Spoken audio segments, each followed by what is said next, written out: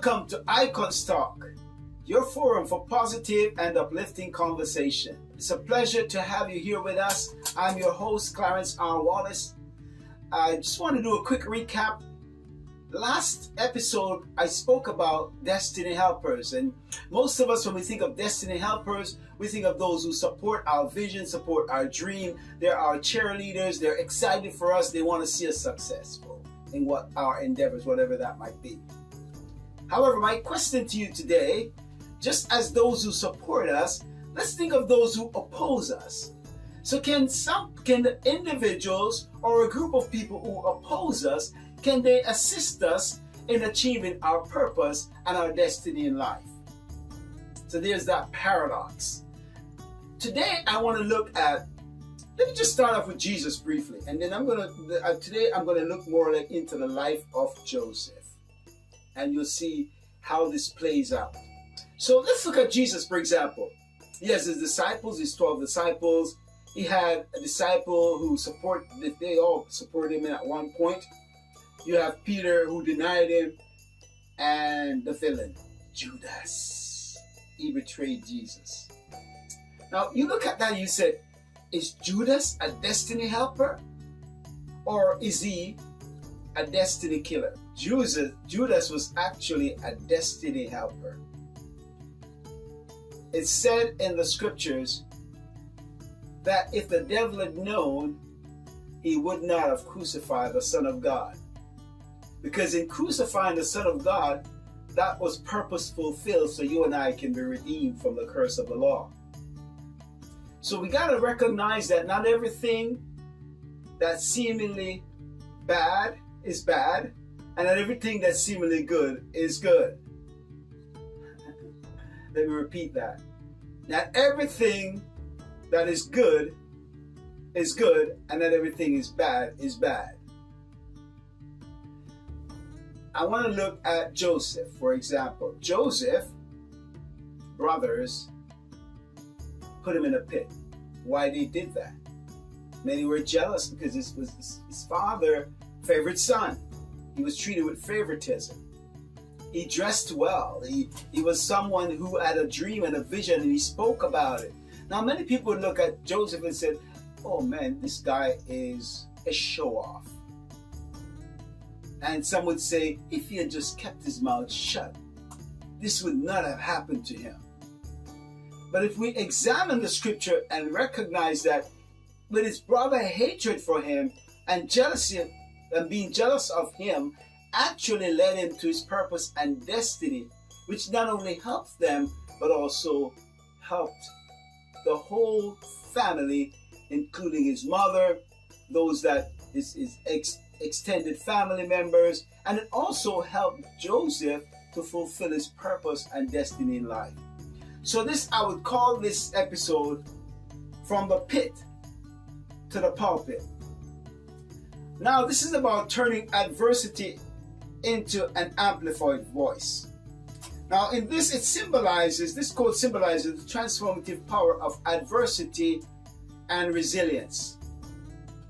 In the midst of adversity, you need to have resilience. Despite facing challenges or setbacks, individuals can leverage their experience to amplify their voice and influence positively. Just as Joseph's brothers thought they were silencing him by throwing him into the pit. You know, he was a show-off. He spoke too much. Be quiet. We're going to get rid of you. So they thought they were going to silence him by throwing him into the pit. But they unknowingly provided him with a platform to rise and shine. This perspective encouraged individuals to view obstacles as opportunity for growth and empowerment, recognizing that adversity can fuel personal development and amplify one's impact on the world. Many times in life when we think of it, and it's very hurtful when the very people you love are the people that hurt you, and that usually happens, as Bob Marley says, your worst enemy could be your best friend, and your best friend your worst enemy. That really signifies some truth in that. That's a paradox right there, in sense of, just as I say, sometimes even the very people that try to support you may actually be working against your purpose. Peter, for example, didn't want Jesus to go to the cross. He thought he was helping Jesus. Judas, on the other hand, seemingly an enemy of Jesus, really assisted him in fulfilling his purpose. So, but on another hand, you can look at it this way, that the very people who you think should support you become your enemy because they betray you, they deny you, they try to kill you because they're jealous of you because of their insecurities. So I want to encourage you, when you're going through life, you will have opposition. But remember that opposition is there to make you stronger. You need opposition to strengthen you. If you don't have opposition in life, you'll get weak, mentally weak, spiritually weak. So when you go through these things, there's a scripture that says, count it all joy when these fiery trials come to try you, because of the joy that you're going to receive from it at the end, the finished product that you're going to become as the one that's going through the fire. It's almost like gold going through the fire, you're purified. So it only makes you shine brighter when you go through it. But most of us, when we're going through it, it's not a pleasant experience. But the scripture warns us that we should count it all joy, because at the end of it, there's purpose. Now it says, all things work together for good for they that love the Lord and are called according to his purpose. So it's not said everything is good that happens to you, but what it's saying that all things work together for good, but there is a prerequisite for they that love the Lord and are called according to purpose. You must know your purpose in life. That's the beauty about Joseph. He was resilient because he knew that he had a purpose to fulfill. That's the key for you to be able to go through the challenges that we will face when we're going through the life experiences, the challenges in life. This is how we're encouraged, because we know we have purpose. We know at the end we're going to win. So we have that never give up, never quit mentality. And that's what we saw in Joseph, because he knew his purpose, he knew his destiny, and he knew at the end, even though he was in the pit, he knew he was going to rise. He never gave up. What resilience. Now, another quote that I want to use from this is transforming pit forms into pulpits, harnessing adversity for amplified expression. You know, sometimes I have this acronym that I just wrote, and it goes like this: opposition, depression, and suppression can lead to our expression. There are people that would want to suppress you. There are people that would want to silence you. But in the midst of that and the things they do by putting you in a pit, by trying to silence you, if you have that resilience and know your purpose, it will actually cause you to have an amplified voice. Let's look again from transforming pitfalls into pulpits. Harnessing adversity from amplified expression. This interpretation underscored the transformative journey from hardship to empowerment. Despite facing adversity or opposition, individuals can use their experiences as a platform to amplify their voice and share their message with the world. Just as Joseph's brothers intended to silence him by casting him into a pit, their actions ultimately propelled him toward greater visibility and influence. This perspective encourages individuals to embrace resilience and view challenges as stepping stone towards greater expression and impact. So if we look at it, it's a redirection. It's not something that's going to stop you or block you. We just have to redirect. We got to know how to navigate. And God uses those individuals to redirect us in purpose. Going back to Joseph, if he did not go in the pit, if he did not start that journey to go into Egypt, would he have fulfilled his purpose? Would he have been there to be able to interpret Pharaoh's dreams and be able to get to the place where he actually was the one that ruled over Egypt and was able to provide for his brothers later on? No one saw that end in view. His brother didn't see it, but Joseph saw that. So we look at from a pit to the pulpit. Now I want to just talk about another thing, from the pit to a platform. So elevating your voice amidst adversity.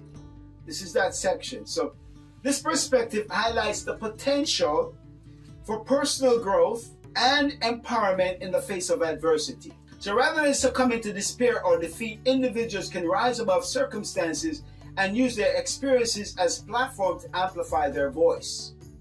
Just as Joseph's brothers sought to silence him by casting him to the pit, their action inadvertently provided him with a platform to share his story and influence others. This perspective encouraged individuals to find strength in their struggle and use their voice to inspire positive change in themselves and others. So you don't want to feel sorry for yourself or have others feeling sorry for you when you go to the challenges.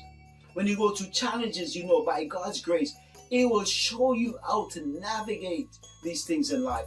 And one good thing about challenges, it keeps you humble. It puts you in a place where you're dependent on God and not your own strength. It puts you in a place where you're not depending on any flesh, whether your flesh or the flesh of others. Because there's a saying that the arm of flesh will fail you, you dare not trust your own. Even our bodies that is so healthy today may fail us tomorrow. So we cannot depend on that. We got to first recognize, as I mentioned in the first episode, that we're a spiritual man who lives in a physical body. This is our earth suit and we possess a soul. So our dependency first must be on God. When we are not dependent on God, we have egos. Ego, the acronym for ego is edging God out. It's when we get to a place where we think we don't need God. That makes us come into a place of pride. And the scripture says pride cometh before a fall. That's actually a Luciferian spirit. We become arrogant, we don't think we need others, we don't think we need God. And we live in a generation now where people think it's all about that. I'm a self-made millionaire. People pride themselves in that. No, you're not a self-made millionaire. If you look at anyone who made millions or billions or whatever you call it, they only could do it, first of all, because God gave them the wisdom and the power to do that. The scripture said, it's God who gives us the power to gain wealth. And even along with God, you need the assistance of others to take you there. No one person can run a show. Can't happen. We need others. So when we think that we've accomplished something on our own, that leads to pride, and pride comes before a fall. So it's good when we go through challenges because that helps us to keep us humble. To recognize that we can't do this on our own. We can't do this in our own strength. We can't even take another breath without the help of God. So it keeps us humble. It keeps us teachable. And in that way we grow, we mature, and we become better not only for ourselves, but for others. Many times we go through the challenges also to prepare us. Because if things come so easy, we take it for granted. I want to say this for those who are listening. Never be jealous or envious of people who made it to the top. You may see the glory, but you don't know their story. How about individuals who have actually come up to me and said, I'm jealous of you? I'm thinking, really? Yeah, I'm jealous of you because you know how you carry yourself. But being jealous of me, do they know what I've been through in life? Do they know the struggle I've been through? They don't know that. Many people, if they go through the struggles that others have been through, people kill and commit suicide for less than that. And we don't promote being suicidal, okay? I'm just saying that there are people that crumble under pressure, light pressure. I've read in the news where the stock market crashes, and individuals who are wealthy, they still have money, they have no worries, and they commit suicide because they lost some money. How weak a mind that is. So we got to recognize that it's not about the things we acquire, it's the person we become. It's not about the position that we hold, it's about the person we become.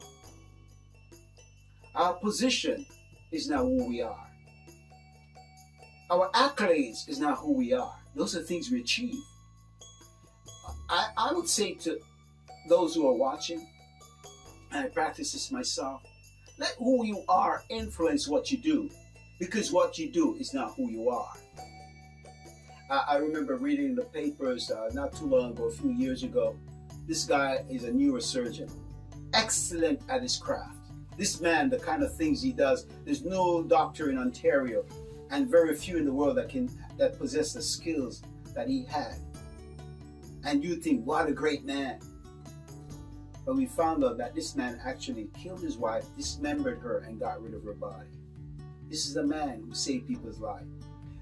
It was so difficult Because this man, his skills is so required that people who are dependent on him to perform surgery did not receive it because he had to go to jail for the acts and the atrocities that he committed. So don't you ever think that your position makes you somebody. It's God who makes you somebody. So when you go through trials, I want to encourage you, don't give up. Recognize that trials is there to make you better, not bitter. So look for the good in it. In the bitter there is sweet. Turn lemons into lemonade. I want to move on with this from the pit to the pulpit. So turning trials into testimony of triumph. This interpretation emphasizes the transformative power of resilience and perseverance in face of adversity. Despite enduring hardship or setbacks, individuals can emerge stronger and more powerful than before.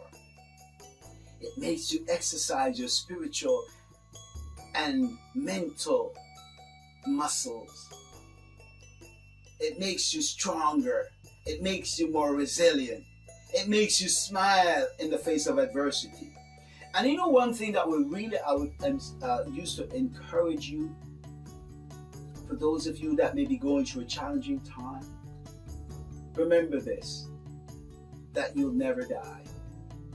You're only going through this journey. There's a scripture that said, fear not the man that can take the body, but the man that has power over the spirit. If you recognize that you're a spiritual man, you fear nothing. You're a lion. The scripture said, the righteous is as bold as a lion. You know why? Because you know that you already win. The battle is the Lord and the victory is yours. You fear nothing because you know that regardless of the outcome, you win. All you got to do is to know your purpose and fulfill your destiny. You don't have to fight the battle yourself because the battle is the Lord and the victory is yours. Despite enduring hardship or setback, individual can emerge stronger and more empowered than before. I mentioned that earlier. Just as Joseph's brother intended to silence him by throwing him into a pit, their actions ultimately fuel his determination to rise and share his story with the world. This perspective encourages individuals to embrace their struggles as opportunities for personal growth and to use their voice to inspire others towards resilience and triumph. You cannot be triumphant if you don't have challenges. It's challenges that make you triumphant. It's battles that makes you triumphant. You can't be triumphant if you don't have struggles. You cannot have a testimony without a test. So I want you to look at life this way. That when you go to the struggles, when you have people that are haters, let your haters be your creators. Where you create a better future. Don't let them define you. Let them refine you. Let me repeat that. Don't let them define you. Let them refine you. Let their words be like water off a duck's back. It's not what they think, say, or believe about you that matters. It's what you think, say, and believe about yourself. I want to add to that. It's what God says, what God believes about you that matters.